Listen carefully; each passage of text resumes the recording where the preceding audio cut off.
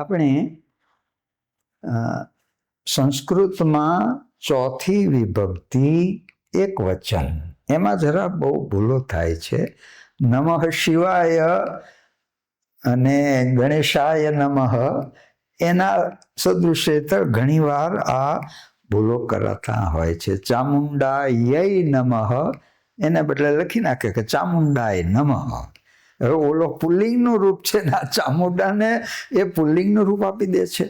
તો આ જરા સમજવા જેવી વસ્તુ છે કે મૂળ શબ્દ જે ગુરુ છે એને જ્યારે ચોથી વિભક્તિનો એ લાગે ત્યારે એ આ ઉ વયો જાય અને અને એને એ લાગે ત્યારે ઉ અ બરાબર વ થઈ જાય.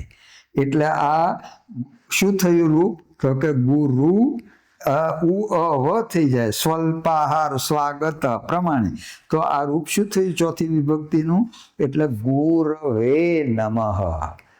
મેં પ્રાર્થનામાં સાંભળ્યું છે કે ઘણા ગુરુદેવ નમઃ ને ઘણા ગુરુદેવ નમઃ ને આમ કે તો ઘણા પાછા ગુરુવે નમઃ આમ બોલતા હોય છે.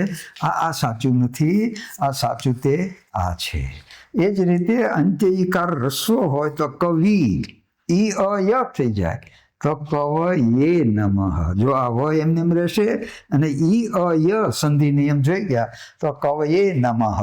તો એ આ ખરું છે. એ જ રીતે સ્ત્રીલિંગ હોય તો ચોથી વિભક્તિમાં અય લાગે છે એટલે સરસ્વતી. જો તી ઈ અ ય થયો પણ એનો પ્રત્યય તે અય છે એટલે સરસ્વત્યય નમઃ. લક્ષ્મી તો ય આવ્યો એમાં જો લક્ષ્મી નમઃ. તો આ જરા આપણે જ્યારે વાપરીએ છીએ અને એમાં સંસ્કૃતનું જ્યારે હોય ત્યારે એને તો આપણે બરાબર જાળવી લઈએ. જેમ આપણે માં ગુજરાતી છે ને તો માતાની માતા મહી તો સંસ્કૃત છે. એટલે જરા આપણે આ શુદ્ધિનું ધ્યાન રાખીએ. હવે આપણે જરા આના ઉપર પાછા લઈએ છીએ કે પહેલામાં કંઈક અક્ષર રહી ગયો હતો તો ઉમેરવાની વ્યવસ્થા હતી. કેટલીક વાર તો આપણે જ તે અક્ષર ખાઈ જઈએ છીએ. અને જો જમાનો ઝડપ માગે છે, આ લાઘવ માગે છે. અને એટલે જ્યાં કોઈક વસ્તુ ઉચ્ચારણમાં જેનો લોપ થતો હોય તો ખ્યાલ આવે કે ભાઈ અહીંયા કંઈક લોપ થયેલો છે. એટલે તરત ઓલાને ખબર પડી જાય ઠીક અહીંયા શું છે એમ. અને એટલા માટે એ લોપ ચિહ્ન અલ્પવિરામની જેમ પણ ઉપર અલ્પવિરામ નીચે આવે છે જ્યારે આ ઉપર લોપ ચિહ્ન આવે છે. ખાસ કરીને હ છે ને એ બહુ લોપાઈ જાય છે. અમે કહેતા હતા અથવા તો અમે જમતા હતા તો જમતા અને પછી જો અહીંયા આ એટલે શું લોપાઈ ગયું છે? અહીંયા ખ્યાલ આવે કે અહીંયા કંઈક લોપાયેલું છે. તો શું લોપાયું છે? તો કે શું લોપાયું? તો કે હ લોપાયેલો છે. એ કોક તો બોલો. તો જો કોક તો બોલો. તો કોકનું તો આખું શાસ્ત્ર છે પણ નહીં અહીંયા તરત ચિહ્ન કરે. કોક શાસ્ત્રની જુદી વાત છે પણ એટલે અહીંયા આ ચિહ્ન છે, કોક નથી. પણ કોક એમાં ઈનો લોપ થયેલો છે. પણ અહીંયા લોપ ચિહ્ન મૂક્યું છે કે કોઈક તો બોલો. તો આ મને એવો વેમ છે. તો જો વેમ લોપાઈ ગયો. કેટલીક વાર આપણે શબ્દ પણ લોપીએ છીએ કે આ 2020 આવે છે પણ 2000નો લોપ કરી નાખ્યો. થોડો ઘણો નહીં આપણે લોપ કરવા બેઠ છીએ ને. તો આ જે તારીખ હોય આજની તો 1 પછી 9 જો આ વિભાજન છે આ 9 અને પછી અહીંયા આપણે લોપ ચિહ્ન મૂકીએ છીએ કે આ લોપ શેનો થયેલો છે? તો કે 2000નો લોપ થયેલો છે. તો આ એક ચિહ્ન ઉપર તે આ લોપ ચિહ્ન છે. હવે જો એજન એટલે ઉપર પ્રમાણે ઉપર જેમ લખ્યું એમ ફરી ન લખવું પડે ને. માણસ છે ને એ જરાક આળસુ પ્રકૃતિના છે અથવા તો ખોટી મહેનત બુદ્ધિપૂર્વક વિચારનારો અને રસ્તા કાઢનારો માણસ છે. એટલે અહીંયા જો ચિહ્ન, તો મેં તે અહીંયા આ ચિહ્ન, કૌંસ ચિહ્ન, તિર્યક ચિહ્ન, જો આ ઉપર મુજબનું. હા, એટલે ઉપર પ્રમાણેનું જ્યારે બધું હોય તો એ પ્રમાણે આ જે ચિહ્ન કરવામાં આવે છે એને એજન્ટ ચિહ્ન કહેવામાં આવે છે. હવે ચાલુ પ્રવાહ કરતા કંઈક જુદું વાક્યની વચમાં ઉમેરણ કરવાનું હોય તો આપણે આ માત્ર ગણિતમાં જ કૌંસ આવે છે એવું નહીં, ગુજરાતીમાં કૌંસ આવે છે. તો કે આપણે એ માનો કે નાટક હોય તો વચમાં પેલા કે છે ને કે કૌંસમાં શિવાજી તલવાર ખેંચે છે. ઓલો અભણ માણસ બાળક પાસે વંચાવે છે ને એ પાકું કરે છે, અને ઓલો તો બાળક છે એ બોલે કે કૌંસમાં શિવાજી તલવાર ખેંચે છે. તો ઓલા એ જ રીતે ભજવતી વખતે બોલ્યો કે કૌંસમાં શિવાજી તલવાર ખેંચે છે.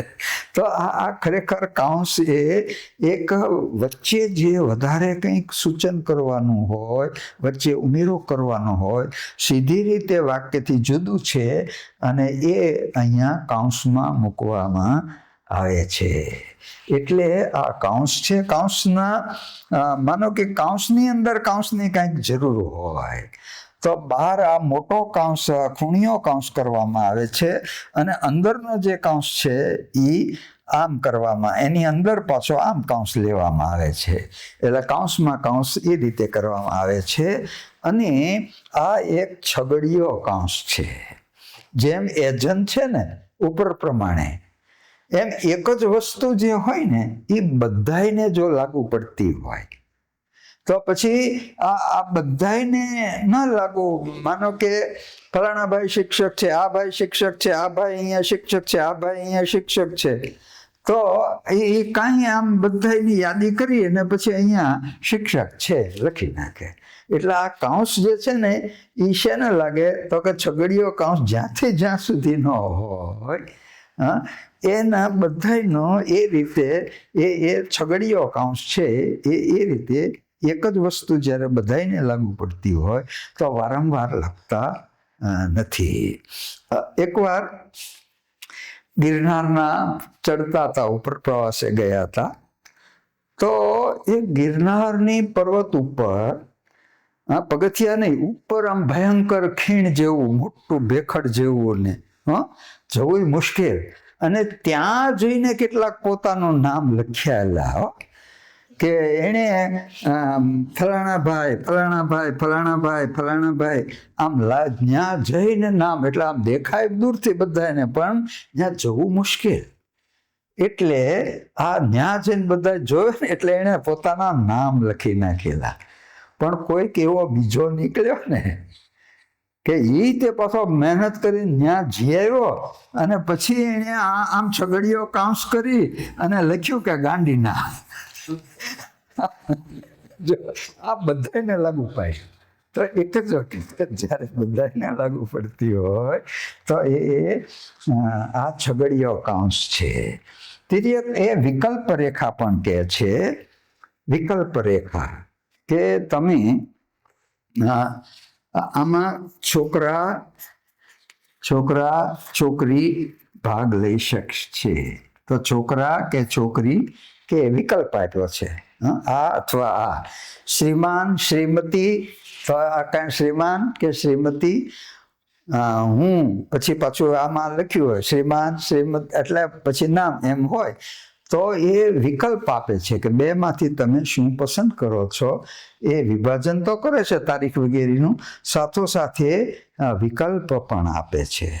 હવે એક આ અધ્યાહાર ચિહ્ન, ખંડ વર્ણન ચિહ્ન, જ્યારે આપણે જોઈ ગયા કે છેલ્લે જ્યારે અશ્વત્થામાં જો જ્યારે એ લંબાય, જ્યારે સૂર લંબાય છેલ્લું, તો આપણે શું કરીએ છીએ એનું વ્યાખ્યાન સાંભળ્યા જ કરીએ. તો જો આ લંબાય છે, તો જ્યાં આ રીતે છેલ્લે સ્વર જ્યારે લંબાય ત્યારે આ અધ્યાહાર ચિહ્ન રહે છે. એકવાર એક કંડક્ટરને પેસેન્જરને કંડક્ટરને ઝઘડો થઈ ગયો. પહેલાની વાત છે. તો ઝઘડો શું કામ થયો? તો કે પેલા આના ને બધું પૈસા ને બધું ચલણમાં હતું. હવે જે પેસેન્જર હતો, મુસાફર, એને કંડક્ટર પાસેથી 4 આના લેવાના બાકી હતા. એટલે આ જે પેસેન્જર હતો ને, એને શું કામ ઝઘડો થયો? તો એણે કહ્યું કે માસ્તર પાવલી. જો ઝઘડો શું કામ થયો? તો વિરામચિહ્ન ન વાપર્યા. એણે શું કીધું કે માસ્તર પાવલી. તો પાવલી એટલે આપણે ત્યાં એ નપુંસક પા ભાગનો પુરુષ જ હોય. હા, રૂપિયો જેમ પા છે ને, એના એ પરથી આવેલો છે. આ મૂળ શબ્દ પા, સપાદ છે. 4 પગ હોય ને, 4 પગ પશુને બધા સૃષ્ટિમાં, તો એમાંથી 1 પાદ, 2 પાદ, ચતુષ્પાદ. તો જો આ સપાદ એક વધારાનો પગ છે. તો સપાદ પનો વ થઈ જાય, તાપ તાવ, દીપ દીવો. તો સપાદ આ દવ્યો જશે એટલે સવા આપણે કહીએ છીએ ને, સવા. તો સવા એટલે 1 અને એની ઉપર આ 1 પાદ છે. આ જો એક સવાનું ચિહ્ન આવું છે. શ્રી હવા લખે છે ને જે. તો આ સવા. હા, તો અહીંયા પાવલી એટલે જરાક જુદો અર્થ થઈ ગયો. 4 આના નહીં, ચોથા ભાગનો પુરુષ જે હોય ને, એ જ થઈ ગયો. એટલે કંડક્ટરે ગુસ્સે થઈને બે વચ્ચે ઝઘડો થઈ ગયો. શું કામ થયો? તો કે એણે વિરામચિહ્ન ન વાપર્યા. ચાલો, હવે આપણે બધું જોઈ ગયા છીએ વિરામચિહ્ન. એટલે હવે તમે કહો, આમાં ક્યાં અને કયું ચિહ્ન આવશે? તો વિચાર કરો, ક્યાં અટકવું પડશે મારે આ બેમાં? તો કે ઝાઝા અટક સ્થાન નથી, 2 જ શબ્દ છે ને. તો વચ્ચે અટકવાનું અલ્પવિરામ. આ અલ્પવિરામ શું સૂચવે છે? તો કે સાદું સંબોધન સૂચવે છે. હા, છગન પાણી લાવ. તો છગન અહીંયા એને સંબોધન કર્યું છે. સંબોધન ભાવાત્મક નથી, સાદું છે. તો માસ્તર. હવે પછી કયું ચિહ્ન આવશે? તો કે જો અધ્યાહાર ચિહ્ન. બાકીનું છોડે છે એટલે અહીંયા લંબાવે. માસ્તર પાવલી. માસ્તર પાવલી એટલે લેવાની છે, લાવો. લેવાની બાકી છે, આપો. એ બોલ્યા નથી, પણ એને છોડી દીધું છે. તો એક પુનઃ પૌન્યવાચકમાં પણ આ ટપકા ટપકા આવે. તો આવી રીતે જ્યાં અધ્યાહાર છોડવાનું હોય વાક્યમાં, ત્યાં પણ આ અધ્યાહાર ચિહ્ન એટલે ખંડ વર્ણન ચિહ્ન. ઘણી વાર વચ્ચે છોડી દેવાનું હોય ને, તો પણ વચ્ચે આ ખાલી જગ્યા છોડી દેવામાં આવે છે. કે પોલીસે કહ્યું સા, પછી પાછું આવું કરે છે. તો જો પછીનું વાક્ય આવશે તો અહીંયા શું છે કે ગાળ છે કે ખરાબ શબ્દ હોય તો એ ઉલ્લેખ નહીં કરે. તો આવું જ્યાં ન બોલાયું હોય ત્યાં સા એટલે કે સાલા એમ પહેલાનું હશે આખું ગાળ જે હોય તે. પણ આવું જ્યારે ન બોલાય એવું પણ ન લખી શકાય એવું હોય ને, તો પણ આ ખંડ વર્ણન ચિહ્ન એટલે વચ્ચેનો ગેપ સૂચવે છે. એ ગાળો એટલે આ તિર્યક ચિહ્ન અને ખંડ વર્ણન ચિહ્ન. એટલે હવે એક જરા કહું કે એકવાર એક ભયંકર ગામ, અને એમાં ચૂંટણીમાં એવું ચાલ્યું ને એને કારણે એ ચૂંટણી રદ કરી અને ફરીવાર ચૂંટણી યોજવી પડી. અને એમાં બરાબર હું પ્રિસાઇડિંગ તરીકે ગયો. હવે આ તો બીજી વાર ચૂંટણી હતી. એટલે ઓલા બધા નિશ્ચિત જુદા જુદા સાઇન બોર્ડ હોય ને જે, તો એ બધા નોખી જાતના નહોતા, બધા એક સરખા જ હતા. એક સરખા બધા હતા ને એવા પાછળ પૂરું હતું. તો મેં ઓલા પછીનો જે આચાર્ય હતો, પ્રાથમિક શાળાનો શિક્ષક આચાર્ય, અને એને મેં કહ્યું કે તમે આની પાછળ, શાયને પેલું આપ્યું ને, કહી દો કે આની પાછળ તમે જુદી જુદી સૂચનાઓ લખી નાખો અને પછી આપણે કીધું લગાડી દઈએ. એમાંની એક સૂચના એણે આમ લખી હતી કે લાઈનમાં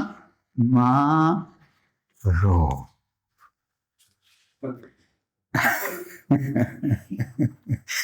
એટલે મેં એને કહ્યું કે ભાઈ આવો ભયંકર ગામ અને તમે મને કંઈક માર ખવડાવશો છો. શું ભૂલ કરી એણે? હવે તમે વિચાર કરો.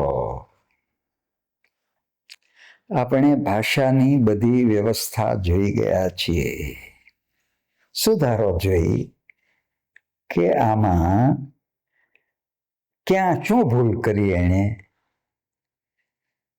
ચાલો અહીંયા હું જ અહીંયા મૂકું છું લાઈનમાં, બરાબર છે. હવે આ સાચું લખાયું લાઈનમાં, સાતમી વિભક્તિનો પ્રત્યય લાઈનમાં. તો આ ખરું થયું? વિચારો. આપણે પ્રારંભમાં વ્યવસ્થા જોઈ ગયા છીએ કે વિભક્તિના પ્રત્યયો શબ્દને જોડીને લખાય. એટલે અહીંયા માં તો કરવાનું જ, તે માથે મીંડું આવે, પણ એ ન્યા ન રખાય, એ અહીંયા લખાય કે લાઈનમાં. હવે આ રો, એમાં જો આપણે લોપ ચિહ્ન જોઈ ગયા ને, લોપ ચિહ્ન, તો આ લોપ આપણે કહ્યું ને, હ સહેજે લોપાઈ જાય છે. એટલે બહેન તો આપણે બેન બોલીએ છીએ, હવયો જાય છે. જતા હતા તો જતા હતા, વહેમનું જેમ વેમ કર્યું, તો આ હવયો જાય. તો મૂળ શબ્દ તે રહો છે, લાઈનમાં રહો. પણ અહીંયા તો એ પ્રાદેશિક પ્રમાણે એને અહીંયા રહ લોપાયેલો છે. તો અહીંયા આપણે શું મૂકવું જોઈએ? તો કે લોપ ચિહ્ન મૂકવું જોઈએ. અને આ અહીંયા આ વાક્ય હવે પૂરું થાય છે એટલે અહીંયા પૂર્ણ વિરામ હોવું જોઈએ. લાઈનમાં રહો અથવા લાઈનમાં રહો. તો આ વિરામ ચિહ્ન વિશે આપણે કહી ગયા કે અર્થને અનુસારનારા છે. એટલે જરા બરાબર વિચાર કરી અને સાચો અર્થ કેમ થાય છે, ક્યાં કયા પ્રકારનું વિભાજન છે, કેટલું વિભાજન છે, કઈ રીતે ઉક્તિ બોલાય છે, ઉચ્ચારણ વૈશિષ્ટ ક્યાં શું છે, અને એને અનુરૂપ જે વિરામ ચિહ્નો છે એ વિરામ ચિહ્નોનો જરા તમે કેટલુંક સારું વાંચશો ને તો પણ તમે જોતા જજો જરા, કે જેનાથી અહીંયા આમ કેમ વાપર્યું છે, અહીંયા આમ કેમ વાપર્યું છે, અહીંયા આ છે. તો આ જે છે ને એ તમને એનાથી ખ્યાલ આવશે. જો અહીંયા એક નાનકડી એક અડધા પાનાની લઘુકથા છે. એનું શીર્ષક છે તમને નહીં સમજાય. જો વાક્ય પૂરું છો, તમને નહીં સમજાય, પણ અહીંયા શીર્ષક નથી મૂક્યું, પૂર્ણ વિરામ નથી મૂક્યું. શું કામ? ચાલો કહો તમે. તમને નહીં સમજાય, તો અહીંયા પૂર્ણ વિરામ નહીં મૂકવું. શું કામ? તો કે અહીંયા તો શીર્ષક છે અને આપણે આ જોઈ ગયા કે ન શીર્ષકે, શીર્ષકમાં પૂર્ણ વિરામ આવે નહીં. હવે ઇતિહાસ ભણાવાઈ રહ્યો છે પૂર્ણ વિરામ. શિક્ષક બાળકો, જો અહીંયા પાછી રેખા આવી, શિક્ષક બાળકો. જો શબ્દ એક જ છે પણ આંતરિક વિભાજન. અજાણ્યો સમાસ કરો તો વચ્ચે વિગ્રહ રેખા. શિક્ષક બાળકો એટલા તરબોળ, એટલા તલ્લીન. જો લંબાઈ છે તો જ્યારે એ લંબાઈ ને ત્યારે એ આપણે ટપકા ટપકા કરીએ, એટલા તલ્લીન, એટલા તલ્લીન. અને પછી જો ત્યાં એકાએક જ્યારે અટકી જાય ને તો આ ગુરુ રેખા આવે. ત્યાં પછી તરત નવે પર્ણથી શરૂ થાય, એ તો તૂટી ગયું છે. મોટી કાળજુ કંપાવતી ચીસ, જો ચીસ લંબાયું, પુનઃ પૌન્ય વાચક. તો હા, ચીસ શું કામ આવી? આગળ કે છે, આડી ભીંત આવી જતા, 5-7 કૂતરાથી સાવ ઘેરાઈ જતા, મોત ભાળી ગયેલી 2 બાકળી બકરીની મરણ ચીસ. આજે ચીસ તો શું? હવે સ્પષ્ટ થાય, મરણ ચીસ. સાહેબ છોકરા સૌ એકદમ દોડ્યા. પૂર્ણવિરામ. પથ્થર કે જે કંઈ હાથમાં આવ્યું તેનાથી કૂતરાને ભગાડ્યા. કૂતરાને, જો કૂતરોનું બહુવચન, કૂતરાને ભગાડ્યા ને પછી પાછા વર્ગમાં આવી શાંત બની બેસી રહ્યા. હજી સૌના મનમાં એ બકરીની કરુણ ચીસ પડઘાતી ને રૂંવાડા ઊભા કરી દેતી હતી. રૂંવાડું કેવું? સાહેબ તો બહુ જ ખિન્ન ગમગીન. જો આ વિકલ્પ આપ્યો, પેલું આપ્યું કે વધારો ઉમેરવું હોય તો ખિન્ન, પણ પાછું સાથે બીજો શબ્દ મૂક્યો, ગમગીન બની ગયા. ક્યાંય સુધી કોઈની સામે જોયા વિના જ બેસી રહ્યા. ઘણીવાર પછી માત્ર આટલું બોલ્યા. હજુ આટલું બોલ્યા, આટલું બોલ્યા, બોલ્યા, બોલ્યા. પુલ્લિંગ છે એટલે મીંડું નહીં આવે, પણ પછી તરત ગુરુ વિરામ આવ્યું. જો આટલું બોલ્યા, હવે ગુરુ વિરામ.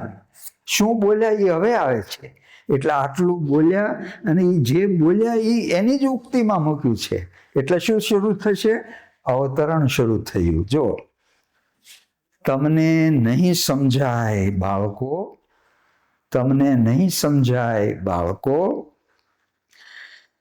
પણ આપણે બકરીને બચાવી શક્યા, બચાવવા દોડીને જઈ શક્યા એટલા માટે કે એને મારનાર કૂતરા હતા. વાર્તા પૂરી. એને મારનાર કૂતરા હતા. બકરીને જ્યાં કૂતરા મારે છે ને ત્યાં કે આપણે જઈ શકીએ છીએ, પણ જ્યાં પછી આખું જો વ્યંજના પછીનું બધું જે આખું છોડી દેવામાં આવે. હા, આજે કાલિદાસ જીવે છે એ આ વ્યંજનાથી જીવે છે હજી. તો આ પછીનું બાકીનું આમ સ્પષ્ટ બધું કહી ન દેવાનું. આખું વ્યંજના અનુરણ આ જે આપણે શબ્દની શક્તિમાં પણ જોઈ ગયા હતા.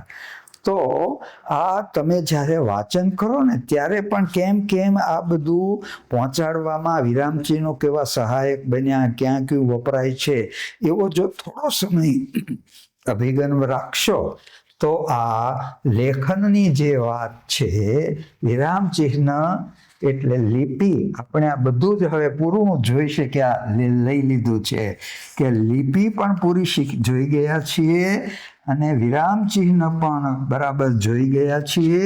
અને આ બંને